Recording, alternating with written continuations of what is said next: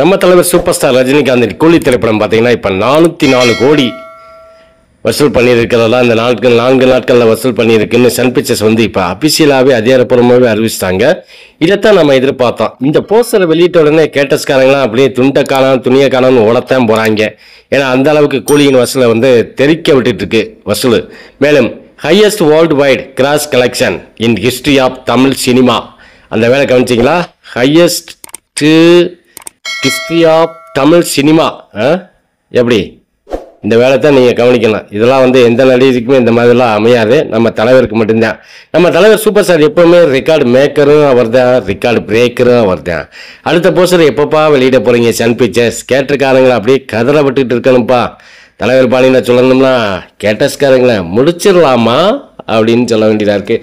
Okay friends, இந்த video பிடிச்சிருந்தா like பண்ணுங்கள், கமெண்ட் பண்ணுங்கள், ஷேர் பண்ணுங்கள். முக்கியமாக வந்து சப்ஸ்கிரைப் பண்ண மறந்துடாதீங்க. மகிழ்ச்சி.